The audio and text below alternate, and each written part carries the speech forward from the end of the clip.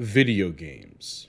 If you watch this channel, you probably play video games of all sorts. And that's why today's video is special, friends. As not only does it apply to almost all of my subscribers, but it also pertains to most of the general population, where games have become the world's foremost pastime. So then, in this video, I aim to answer one question. Do video games cause psychosis? At first, it seems like an absurd proclamation. Of course they don't. But I want you to go into this essay with an open mind. And while I won't have a definitive answer at the end, spoiler alert, I sincerely hope you take away a curiosity as to this question. This is not clickbait. I promise you that. I actually have real things to say as a schizophrenic myself.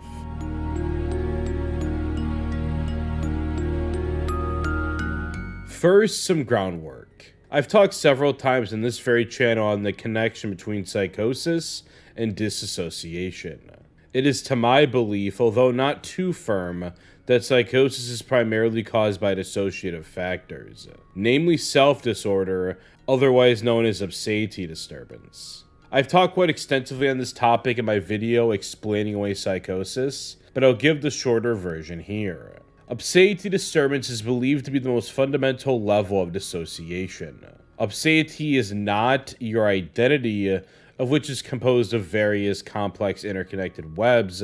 Rather, it is the foundation of that identity. It is, importantly, your experiential field of awareness. It is the mindness that grounds your experience of the world and reality. I once described it this way. Life is a game of tetherball. In this case, the pole is reality or the world. The ball, then, is your body. But the string? Your connection from your physical body to the world? That, friends, is obscenity, and it is what you utilize when living in the world. It is not necessarily how you perceive it, that part comes after, but rather it is how you experience it. Obscenity, then, is the foundation of your entire being, and to put it lightly, it is very bodily. That part will become important later. And while it's just now occurring to me that I have no idea how much my audience will know what tetherball even is, I think my analogy does the concept justice. There's hardly a connection, if any, to reality without that tether to ground you, without that string. And since identity is formed through connection to the world, well, you can imagine what a disturbance in obscenity can cause to said identity. The experience of one with obscenity disturbance, then, is one of supreme confusion. You lose sense of a body as you never had a mindness to experience reality through, and thus form the mental boundaries of that body. My mind is not in my meat husk, rather it is 10 feet away from me in the Target parking lot. This, in my experience, is really just an unexplainable phenomenon, and I am struggling quite heavily to even write these words describing this experience. Now, obviously, I realize my body does end at my skin, but dear viewer, I don't always know that for one, but secondly, and more importantly, it doesn't feel like it does. My soul encompasses everything around me, and gives life to the slice of bread I hold in my hands. And when you feel as if your body has no end, that can cause quite a number of delusions and even hallucinations that are typically more associated with schizophrenia, which I've already talked about, so go watch Explaining Away Psychosis when you're done here. But the point is that seeing is believing. And when you see that you are now the size of an ant, well, you start to actually believe it. Virtually every positive symptom or something added on to the lived experience of schizophrenia can be attributed to this. Hallucinations, for example, are internal thoughts produced by your brain.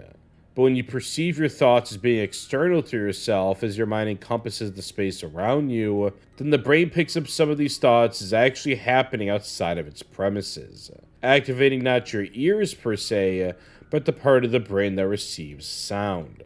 The brain basically is just really confused because it experiences awareness as something not tied down by your physical body, but whatever parameters it randomly decides on that day.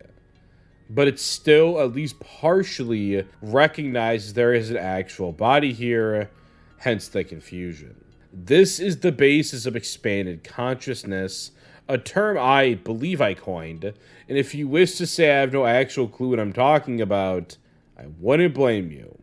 I am not a professional after all.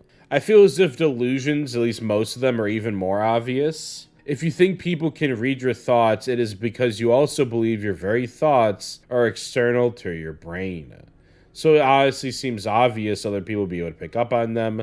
That's just one example. You can name a bunch of them, and I could pretty much give an explanation. If you want to comment, little voiceover note here, comment some delusions you could think of. I can, probably comment back and give an explanation on that if you're more interested in that. I don't know. Of course, all of this can be labeled under the broader concept of disassociation.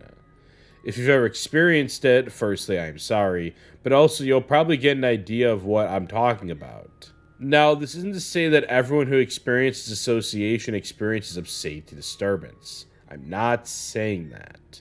But what I am saying is that disturbance is not an all or nothing thing. I at least believe true bodily dissociation, even that's seen with something like depersonalization and derealization, is not really connected to the social or personal construct of identity, but rather exists one layer below, where your experiential field of awareness comes into play. Essentially, what I'm saying is that obscenity disturbance exists on a spectrum, of which directly corresponds with certain mental disorders a person may present with. Yes, what I'm saying is not only is dissociation the root cause of psychosis, but that it probably, at least in my estimations, is the root cause of mental illness as a whole. At least most of them. Although I have yet to write an entire book on that specific concept, and thus have much more thinking to do on that before I make any firm claims. Again, not a professional, but I'm trying to be. But the main takeaway for this video is this. A disturbance of obscenity is what bodily dissociation is, and that fracture of selfhood, a feeling like you have no body, a feeling like you have no connection to reality, directly leads into the belief of many things that can be attributed to that fractured feeling. Furthermore, the dissociation does not have to result in actual full-blown schizophrenia, and we should instead look at that specific disorder as the tail end of the more severe side of the spectrum. With many other clinical psychotic and even non-psychotic disorders like anxiety existing in other places on the spectrum. Also, go read the EASE test if you relate to any of this. It literally changed my life. Might change yours too.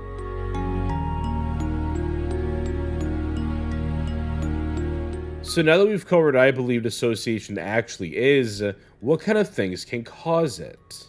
Well, the most obvious and talked about is trauma.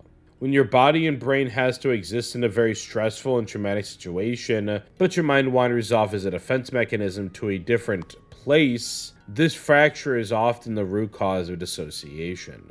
On the channel, I've also discussed the neuroscience, specifically the role of dopamine behind working memory, and how a severe disturbance in your memory function can lead to actual presenting psychotic symptoms. And through reverse engineering, we can conclude that because the basis of this video believes association causes psychosis, that lack of working memory caused dissociation. And because I'm kind of sick of just saying, go watch my Explaining Away Psychosis video, here's a rather long excerpt explaining exactly what I mean here, granted without most of the context of that original video. I find it important to include it in this section for this video, but you also probably should just go watch that kind of outdated video if the excerpt piques your interest at all. Quote, start. Let's talk about memories. This is where it all comes full circle. First, we need to discuss just what exactly is a memory and how you entirely live within them. I think I said it best in my video about the cosmic horror of lily pads. Yes, that's a real video I made. So buckle up because this is kind of a long excerpt, but I promise it's important. Reality is a fickle thing. Our own perception of it, our own reality, you could put it, is entirely different from any real physical world. While the color red does scientifically exist as a number, those numbers are simply a perception of the natural world, our attempt to quantify it. And even our eyes' interpretation of the color red cannot be said to be the same across different people. It's been proven time and time again that our brains do not perceive the world on a one-to-one basis. and often take shortcuts to make living in it much easier. Imagine driving to work. You're 43 years old, and at this point, you've been making this commute for 20 years now. It's habitual. So I guarantee you that you did not remember this individual drive. When you're in that car now for years even, your mind has been elsewhere. In your own reality, you weren't really driving that car, as our perception is almost entirely derived from our memory. If you don't remember the drive, it, from your point of view, didn't really happen. But of course it did, that's undeniable. But within your mind's eye, which is the only thing that can really form your own reality, it didn't. And you can argue that consciousness is not entirely tied to memory. Thus, even if you don't remember something, your mind, not just your brain, did process it. You were alive in that car. And I see your point here, but I disagree. We live entirely within memories. We exist as a concept in the memories of others, but even more than that, our entire reality that we, our minds experience, is remembered, not lived. If a ball is thrown at you, you'll probably catch it. But there is a specific point in time when the ball is thrown, a nanosecond in the natural world. That is undeniable. However, your brain's computing power is not instantaneous. It will take at least a few milliseconds before your brain can process the information hurling at you. So the time that the ball is thrown at you, and the time that you perceive the ball to be thrown, is entirely not the same. Thus, your brain's awareness is fundamentally not in line with the flow of actual reality, instead having to create a plane of perceived reality. But the only way we can form that plane is with not just the power of the brain, but of the mind, which I believe to be inherently different, but fully explaining that would be a whole book in and of itself. Don't worry, I'm working on it. This is where the situation becomes even more dire, because while the brain can process and make the body react within a few milliseconds at the minimum by catching the ball, the mind is twice as slow, if not longer. Just because your body reacts doesn't mean your mind is aware of it yet. This is what we call muscle memory, or in first-time cases, a fight-or-flight reaction. Let's go back to our example. The ball is thrown, your brain computes that. It's purely mechanical. The brain will send signals to your muscles to do the task of catching the ball. But the mind is a bit more abstract than that. Once past the emergency response, it becomes unclear what it means for something to actually be thrown. It's technically an abstract concept.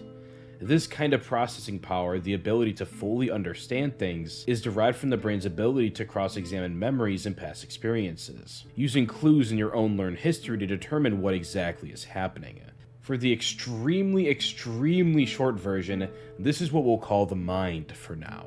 Of course, one could imagine this process would take a bit longer than it would take for the ball to hit your glove. But you also have to take into account that before any rock-solid conclusion can be made about what's happening, the mind would like a bit more confirmation. That would come in the form of signals coming from your hand's nervous system, more specifically its pain receptors, and traveling up to your brain, confirming that the ball has hit your hand and that what was happening was indeed a ball being thrown at you. Finally, your mind can then process that new information and come to its definite conclusion. At this, you have now come to understand within your own reality that a ball was thrown in your direction. Good job.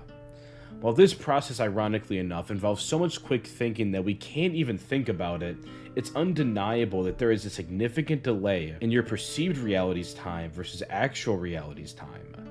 Even if you've caught that same ball a million times already, there will still always be a delay. And since a memory is a record of something that once happened, you cannot be said to live within anything but a memory of the past, even if to you, you perceive it as happening in the moment. Which I suppose from your perspective that isn't really a memory, but that just further proves how warped your own reality is. So disconnected and delayed from what's actually happening in the real world. Furthermore, it may not technically be registered as a memory within your brain, as it's sort of happening in real time, but then the mind would almost serve as a memory storage database for the experiences your brain has, which then only get fully contextualized within the mind. But by that time, the brain's initial reactionary awareness is already kind of moved on. So I don't know if you can call what is left for the mind to process anything but a memory. Now, I'd have to think about this a lot more before I made a definite conclusion on this, but in some way you can kind of say that the process of analyzing these memories is what the mind is, but I'll give a more solidified answer to that in the future. Thus, that's where we ultimately reside, though. This isn't even to point out how a moment in time is the most incalculable thing in existence, and that it is almost impossible to determine what is a memory and what isn't. But I think we'll save that for a discussion on the second greatest anime ever made, Steins Gate. So, in conclusion, you are a ghost. End quote. I think you get my point here. Essentially, your lived perceptual experience is that of a memory. So then, how does dopamine affect memory?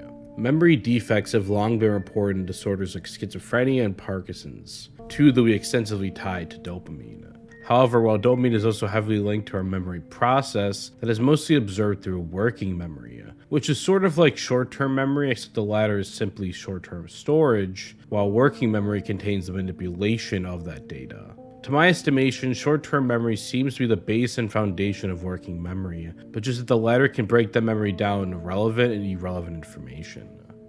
Now, working memory is also tied to long-term memory in some prominent models, so for the sake of this video, we will see that working memory is a feature of both short-term and long-term memory. Good? Good. Think of it this way. You have a memory, and working memory simply brings it to the forefront when its use is needed. At least that is my understanding of it. While schizophrenia and Parkinson's are tied into memory, these memory defects can't simply be limited to retrieval-specific dopaminergic effects. They are a core loss in memory function. In one study, dopamine is a double-edged sword. Dopaminergic modulation enhances memory retrieval performance but impairs metacognition by, here we go again, Mariki Klaus, Nicole Benzik, and Tobias Sommer. That wasn't too bad. They found that dopamine can have a devastating effect on metacognition, which is closely related to metamemory. These are both as defined by, while these names just keep getting harder, metamemory, metacognition strategies for improved memory operations in the role of VR in mobiles by Athanasios Dragas, Ilana Metsia, and Charlobos Skiantsnes. Here's the quote. Metamemory can be defined as the awareness and control people have over their memory operations.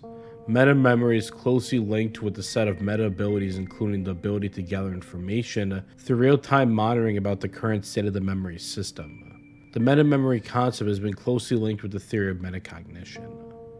Metacognition refers to a set of regulatory meta abilities and meta skills that are intentionally employed, aiming at the smooth operation of the cognitive and psychophysiological system as a means of gaining functional capability, self-efficacy, independent living, and life satisfaction. Metacognition engages consciousness-raising skills and strategies, including individuals' ability to monitor, regulate, and adapt their internal mental processes, recognize the difference between functional and dysfunctional states of mind, and consciously choose those states that awaken the full range of their abilities and identity. End quote. Both metamemory and metacognition are closely linked to one's own self-perception. One's meta ability to conceptualize their own thoughts, to even just make sense of the world, starts and ends at the body's self-structure, meaning that we need a body to properly relate to the world around us. We need to reflect on our own memories to form the self. But since those memories are disrupted due to dopamine, which is again prevalent in virtually every psychotic disorder, at least in some capacity, the self is thus disrupted. Furthermore, since we live in a memory in terms of real-time perception, it can be postured that because dopamine affects working memory, real-time memory, then dopamine is responsible for a real-time disruption of the self. I think the distinction between how we normally see memories and how I see memories is an important one. The extended self, a level above the minimal self, is formed through memories and the reflections we make upon them.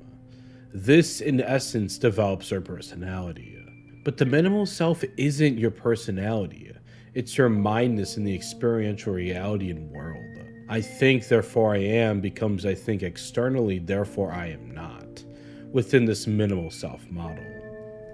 So what gives then? If my theory is that metamemory and metacognition are responsible when disrupted for self-disorder, but that memory only affects the extended self, then does my theory fall flat in its head? Well, not quite. This is where the distinction previously mentioned becomes vital. Memories are not just something to be reflected on retroactively. Rather, they are the field of awareness our brain creates while we process new information. To put it simply, our minds live inside of the memory. This puts memory as our past and our present. So while the extended self can become disrupted based solely on the past, the minimal self can become disturbed based solely on the present. And since meta-memory and metacognition are all about managing the processes of your brain's memory, and dopamine can interfere with that, then it's safe to assume that dopamine can directly interfere with the self. This is why self-disorder can fluctuate, as different levels of the extended self past and the minimal self present can be disrupted at different points in time. This is the self-disorder spectrum dissociation. This would explain why self-disorder can be seen not just as a childhood disorder, which eventually leads to the onset of schizophrenia, but as a waning phenomenon that can both fluctuate and occur later in life. It's innately tied to memory, of which is the real-time perceptual self. Little voiceover note here, memory can be disturbed at different points in your life. So if you age and your brain starts to deteriorate, your self can then be disrupted because your memories become disrupted. Back to it though. Self-disorder then is a disruption not necessarily of the self, but of meta-memory and metacognition, of which are integral to the development of the self. This is due to a dopamine imbalance, which is again found in some capacity in all the psychotic type disorders I could think of. Okay, full quote over, back to the video game video. So these are two things, trauma and working memory, that can cause psychosis. Cool. But what about video games?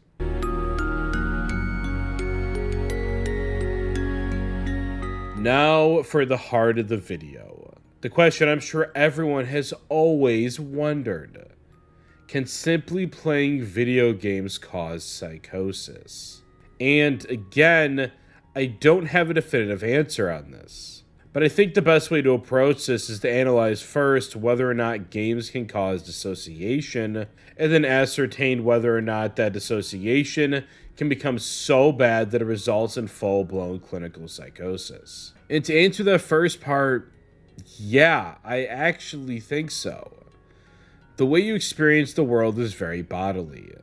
You interact with your environment with your entire body, walk around in grass, and talk with your voice to a person you can see right in front of you. And these interactions with reality form not just your identity, again that comes after, but also your psyche. Think of it this way. The first step to learn how to walk is simply to try it. The first step to learning how to experience the world through your body is just to do it.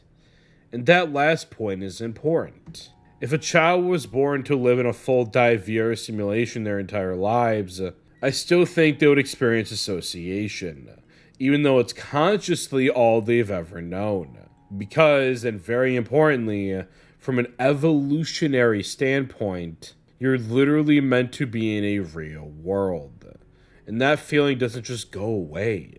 Now, we can discuss whether or not VR can ever get to the point of conceivably being considered real, except I've already talked about it in my first ever video covering Sword Art Online. You need your body to experience reality, and you need to experience reality in order to know the boundaries of that body. A lack of bodily experience can assumedly lead to expanded consciousness, as it exists on a perpetual cycle.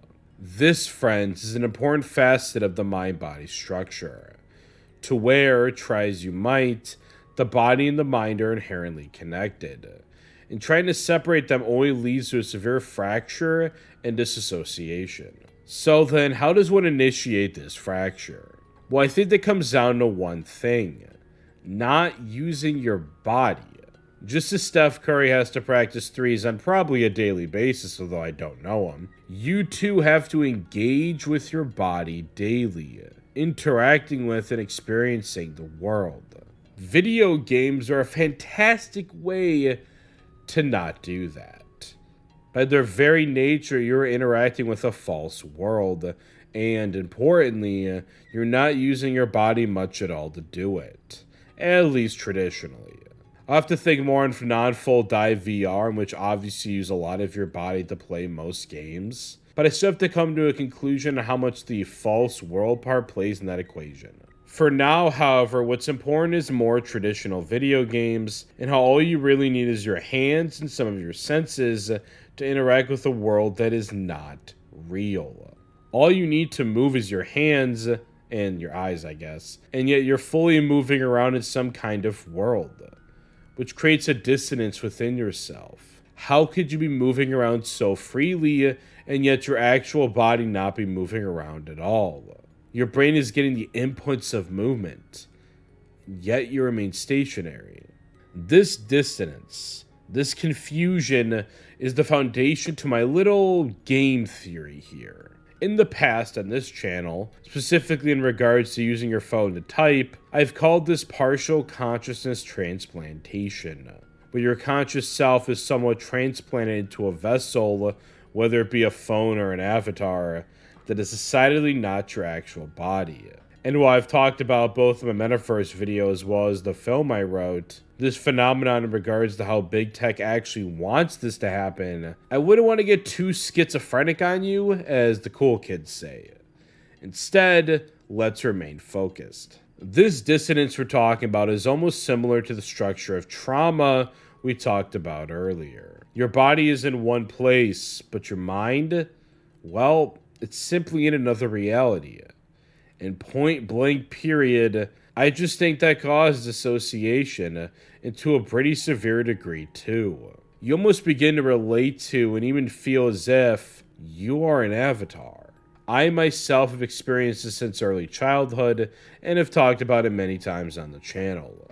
Look out for my milk analysis videos. Partial conscious transplantation is particularly dangerous when done in childhood, for rather obvious reasons. Your formative years are extremely delicate, as you're not just developing your personality, but also your obscenity.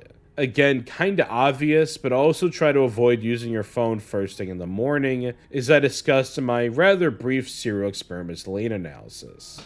As a child, I believed myself to be a video game character. And this mostly derives from the fact that, again, that's just how I felt. Even to this day at times, though less frequently, I literally can feel an evil demon with a GameCube controller pressing buttons. And I only move when I feel a certain input is relayed. And of course, it's certainly no coincidence that the GameCube was my console of choice as a younger child. So then, do video games cause association? Well, they almost certainly can, but every person is different, of course, with different predispositions. Do video games cause actual psychosis such as schizophrenia? Well, that's definitely more debatable, and I can only speak from my own experiences and, again, predispositions, but I do theorize they may have played a rather significant role in my own schizoaffective disorder. Now, what this video essay is not is a demonization of games. I love games, obviously. I don't like when people blindly throw around phrases like video games cause violence. However, if games can cause mental distress, I also feel like it would be irresponsible to not research that. Especially the technological age we find ourselves in, where mind-body dissonance is literally everywhere. And we have to be mindful, aware, and actively engaged in conversations that could impact future generations. And we can't just ignore potential problems that may arise from new technologies. Overall, what I want you to take away from this video is curiosity on the topic. The world could definitely use more of it. And, as always, thank you for watching.